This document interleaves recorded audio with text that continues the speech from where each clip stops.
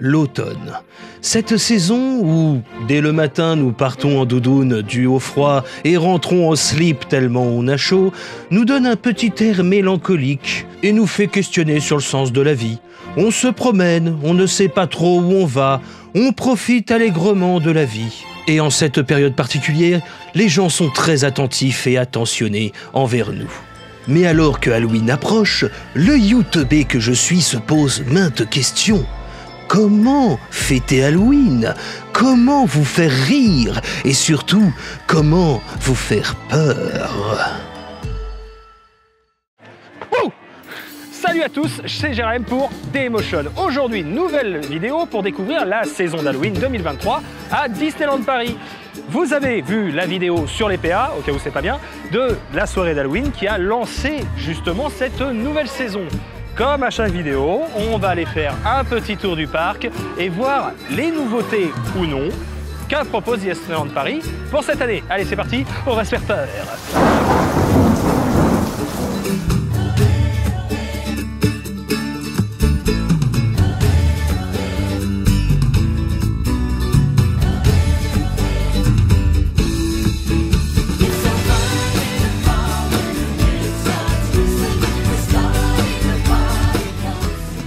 Des décorations, nous retrouvons nos amis de l'année dernière, mais selon moi, un petit peu plus fournis.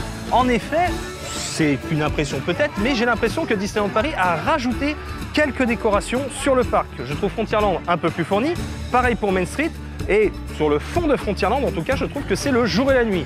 Alors, est-ce que c'est une impression ou est-ce que c'est une réalité? En tout cas, pour la déco, comme chaque année, c'est réussi. Alors oui, mais ça ne reste qu'une impression, puisque par contre je n'ai pas eu de confirmation, mais pour avoir demandé à quelques guests ce qu'ils en pensaient, eux-mêmes trouvaient que c'était un petit peu plus fourni. Sauf si vous considérez que le fait qu'il n'ait pas remis l'arche cette année au-dessus de Frontierland fait que c'était un petit peu moins. Bon, moi personnellement je m'en fous. En tout cas pour ce qui est de Main Street et Frontierland. Alors est-ce que parce que dernière année de la parade et peut-être des décos d'Halloween, ça on n'en sait rien, rien n'a été confirmé, ils ont sorti tout ce qu'ils avaient au placard pour pouvoir nous faire vivre un Halloween de fou, on n'en sait rien. Ah, attendez, j'ai dit une connerie. Ils n'ont pas refait le théâtre du château. Et ça, c'est fort dommageable. Mais à une seule exception près, c'est que, comme les autres années, les autres landes sont laissées à l'abandon niveau déco. Alors, j'ai surpris à voir Cruella de sortie à Fantasyland, en plus de Maléfique qui apparaît en haut du château. Mais sinon, pour ce qui est de Discoveryland, il n'y a rien. Pour ce qui est de Fantasyland, il n'y a rien. Enfin, si, il y a ça. Oh et oh, c'est ma vidéo, je dis ce que je veux et dites pas que c'est pas vrai, ça l'est à moitié. Mauvaise foi, attention pour Adventureland. Voilà, la déco d'Adventureland. Oui, c'est la seule. Il n'y en a pas d'autre. Elle est venue se paumer là, mais elle est là. Et pour le Walt Disney Studios, y'a que dalle! Alors oui, il n'y a rien, mais après, pour m'être renseigné, j'ai pas l'impression qu'il y ait déjà eu quelque chose en fait au Walt Disney Studios pour Halloween. Donc c'est dommage, parce que on aurait pu parler de films d'Halloween au sein du studio, surtout qu'on a la Hollywood Tower Hotel, qui fait quand même partie des attractions d'Halloween, puisque ça fait partie de ces attractions qui font peur, qui ont des histoires de fantômes et compagnie, la 4e dimension, tout ça, donc c'est dommage. Mais bon, vu que ça n'a jamais été fait, est-ce qu'on peut réellement reprocher? La réponse est non. Et pour le merchandising... C'est Halloween? Eh ben non, c'est plutôt Noël. Alors, vous allez comprendre ce que je veux dire par là. C'est juste que Halloween n'est pas si présent que ça à Disneyland Paris en termes de merchandising. Pour ce qui est ensuite du parc principal et du World of Disney, et dans le World of Disney, la première chose que vous voyez en rentrant, c'est Noël. Tout est habillé Noël. Alors Noël depuis le mois de juillet. Alors autant je suis fan de cette saison, mais là franchement c'est trop tôt. Mais surtout... on est dans la période d'Halloween et Disney a l'habitude de nous mettre en premier la saison en cours et en arrière-boutique, c'est-à-dire plus vers la sortie, celle de la saison prochaine. Et là, cette année, Halloween est complètement éclipsé. Et c'est pareil à l'Emporium, puisque là, la saison de Noël est bien présente avec toute une aile parfaitement décorée, mais Halloween est juste posé comme ça, un petit peu à droite à gauche, et résultat, on perd cette âme. Alors, sauf à Frontierland, où là, par contre, c'est magnifique, la boutique est vraiment quasiment dédiée à Halloween, mais on perd quelque chose. Alors je sais que la France n'est pas un féru d'Halloween, on n'est pas les number one, je vais même vous dire mieux, pour être allé voir d'autres boutiques hors parc, c'est-à-dire des magasins de bric et de brac à droite à gauche, et Noël est déjà présent et Halloween n'a le droit qu'à un tout petit rayon.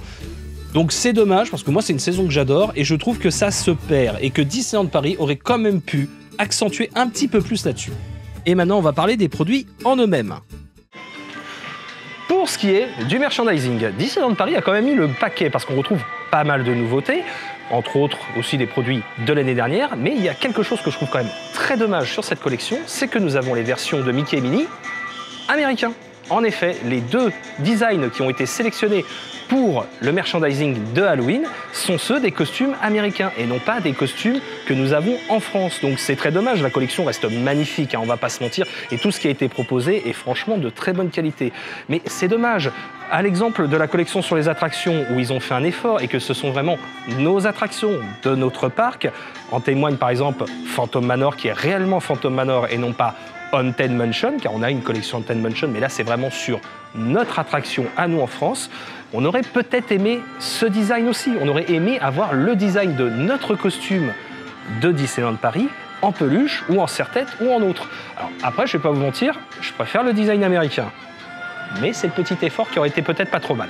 Et que serait Halloween sans les personnages? Alors, on a des nouveaux costumes qui sont très marrants, on a des nouveaux personnages qui sont sortis, et ne serait-ce qu'un truc que j'ai trouvé génial, c'est qu'ils ont fait Jack et Sally. Alors, je suis pas un grand fan du Noël de Monsieur Jack, mais c'était génial.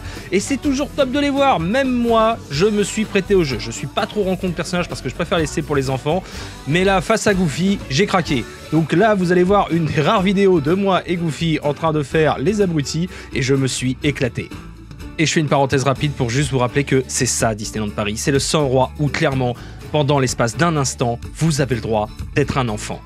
Alors, pour la parade, je vais pas trop m'attarder dessus, puisque grosso modo, qu'est-ce qu'on peut dire? Eh bah que c'est la même que l'année dernière.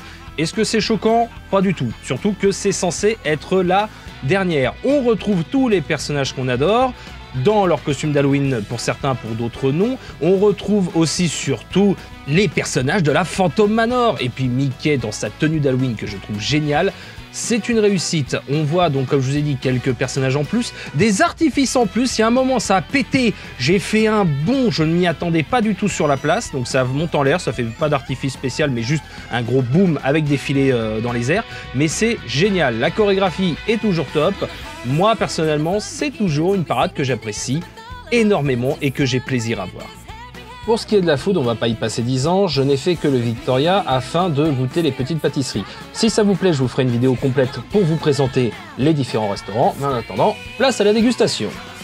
Et donc forcément, passage obligatoire, le Victoria pour découvrir les pâtisseries d'Halloween. Alors, bien évidemment, comme d'habitude, je n'ai pas lu la carte et donc forcément, je ne sais pas ce qu'est chacune de ces pâtisseries. En tout cas, visuellement, comme vous pouvez le voir, elles sont magnifiques, elles ont l'air très appétissantes. Après, j'ai des souvenirs de l'année dernière où je les avais essayées et à part une ou deux qui étaient sorties du lot, le reste était très moyen. On va voir si Disneyland Paris a éventuellement appris de certaines erreurs et proposé une gamme bien meilleure. Moi, je reste toujours sur le fraisier qui avait été présenté à la saison des princesses qui était exceptionnel. On découvre ça tout de suite en vidéo. Alors, au total, on a 5 pâtisseries. Une qui va rendre hommage à Cruella, une à Ursula, au Capitaine Crochet, à la Vilaine Sorcière, j'avoue que j'ai pas retenu si elle a un autre nom, ou la Méchante Reine, et la Reine de Cœur dans Alice au Pays des Merveilles. On va commencer par celui sur Cruella. Donc selon moi, à l'intérieur, il y a une mousse à la fraise, sinon sur le reste, c'est une tarte au chocolat. Alors oui, j'y vais avec les mains. Voilà.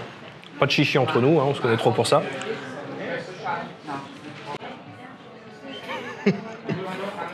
Alors, la chevelure sur le dessus, on la sent pas. C'est de la déco, mais bon, après, c'est pas mauvais. Ce qui est de la fraise à l'intérieur, personnellement, pareil, elle est trop légère pour ressortir. Par contre, après, la tartelette et le chocolat, franchement, ça, c'est bon. Ça, c'est très, très bon, ça, je valide. Clairement, c'est une tartelette au chocolat. Il n'y a rien de forcément fou, mais c'est pas trop mal. Je vais passer au cupcake sur Ursula. D'abord, on va manger une pâte d'Ursula. Merde, ça a quoi? Non, sans déconner. Garde la caméra, goûte une pâte. Essaye de me dire ce que c'est, sans déconner. C'est à quoi? C'est pas de la réglisse? C'est quoi? C'est la même texture, mais genre... Ouais, c'est bizarre, on est d'accord. Bizarrement fait, ouais. Bon, mon ami en face est d'accord. On sait pas ce que c'est. Voilà, on sait pas ce que c'est. C'est pas mauvais. Mais c'est quoi en fait? Bon, c'est pas grave. On va hop, couper et couper. Oh là là, je viens de massacrer le cupcake. Oh la vache. Bon, on essaye. Le cupcake est très bon, mais par contre, j'ai pas senti la mousse, donc clairement, sur le morceau qui me reste, je vais le prendre à part. parce que sinon je serais pas foutu de vous dire à quoi c'est. Alors soit j'ai perdu totalement le sens du goût, ce qui est pas improbable, soit je pense que c'est juste en fait c'est une ganache au beurre, peut-être un petit peu de vanille, un truc comme ça, mais il n'y a pas... Ou alors comme je dis, j'ai vraiment totalement perdu le goût. Après c'est pas mauvais, mais manque un truc quoi, il manque un petit peps quoi. Voilà. Je passe au Capitaine Crochet. Donc là, bon, par contre, c'est vraiment petit. Donc je vais le faire en une bouchée. Hein. Il y a une petite crème à l'intérieur. Donc pour moi, c'est de l'abricot qu'il y a dedans. Mais franchement, c'est super bon. Pour le crochet, en tout cas, c'est réussi. On va passer à la méchante sorcière. Donc là, c'est plus un esprit millefeuille, si j'arrive à l'attraper, hein. Avec les doigts, hein, soyons fous. Alors, on sent pas assez la crème dedans, ni les fruits. Par contre, le millefeuille en lui-même, c'est-à-dire le feuilleté, il est juste exceptionnel. Il y a, pour moi, un vrai feuilleté, c'est du beurre et encore du beurre. Et là, clairement, on y est en fait. Il y a du beurre et encore du beurre. Donc le feuilleté est très léger, en tout cas pour ce qui est de la crème qui est à l'intérieur. Mais pour le feuilleté en lui-même, c'est grave une réussite. Hein. Il est vachement bon en fait. Et on va conclure cette dégustation avec donc la reine de cœur. Si j'arrive à l'attraper, parce que alors, pareil, j'ai coupé toutes les pâtisseries en deux, donc c'est massacre à la tronçonneuse hein, sur l'assiette. Hein. Donc là, on est sur un macaron. Hein. Alors on va voir. Béton. Le macaron, sincèrement, c'est le meilleur des 5. Il est sucré mais pas trop. On sent bien la ganache à l'intérieur. Donc, alors, je suis très mauvais en fruits, donc pour moi c'est un mélange fruits rouges framboise. Mais ah non, franchement, il est béton. Bilan de cette dégustation, bah, c'est une bonne assiette. Sincèrement, voilà, pour le prix, 12 €, si je me trompe, hors réduction passe annuelle. Si réduction passe annuelle il y a. Et ben c'est bon, franchement, on déguste bien. Il y a plusieurs saveurs, c'est très sympa. Alors vous ferez gaffe parce que le noir, ça tache les doigts. Donc prenez pas avec les doigts, faites pas la même connerie que moi. Mais non, voilà, franchement, vous voulez faire une petite pause détente en famille, avec les gosses ou même solitaire. Franchement, cette assiette, elle passe tout seul. Bon, on retourne sur le parc. Très grosse déception le soir, c'est le fait qu'il n'ait pas remis les lumières de noir. J'avais pas fait gaffe, mais les lampes ne sont pas là. Et résultat, Frontierland est flat en fait de nuit. Il manque un truc, il manque quelque chose, cette ambiance qu'il y avait d'antan. Et ça, c'est vraiment dommage. Par contre, à contrario, pour ce qui est de Main Street, là, c'est jackpot. C'est beau, c'est coloré, mais Main Street est tout le temps allumé. Il y a toujours ces guirlandes, ces effets et tout. Donc, résultat, on s'y retrouve et on a envie d'y déambuler, de passer du temps, de rentrer dans les boutiques. Enfin voilà, c'est dommage pour Frontierland. On va pas s'attarder sur Disney Village puisque là il n'y a que une ou deux décos, des petites banderoles et c'est tout. Voilà, rien de folichon, mais ça a le mérite d'être là.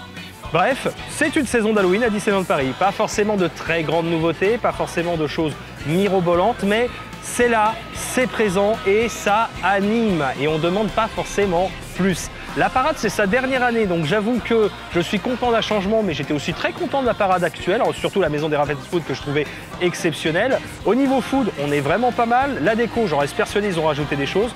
On passe un excellent moment. Donc n'hésitez pas à venir à Disneyland Paris pendant cette période afin de découvrir toutes ces nouveautés et surtout passer un bon moment en famille, parce que contrairement à d'autres parcs qui vont vraiment jouer sur la peur, là vous êtes plus sur une ambiance d'Halloween très sympa, très enfantine et qui donc va profiter à toute la famille et vous passerez tout simplement un séjour inoubliable.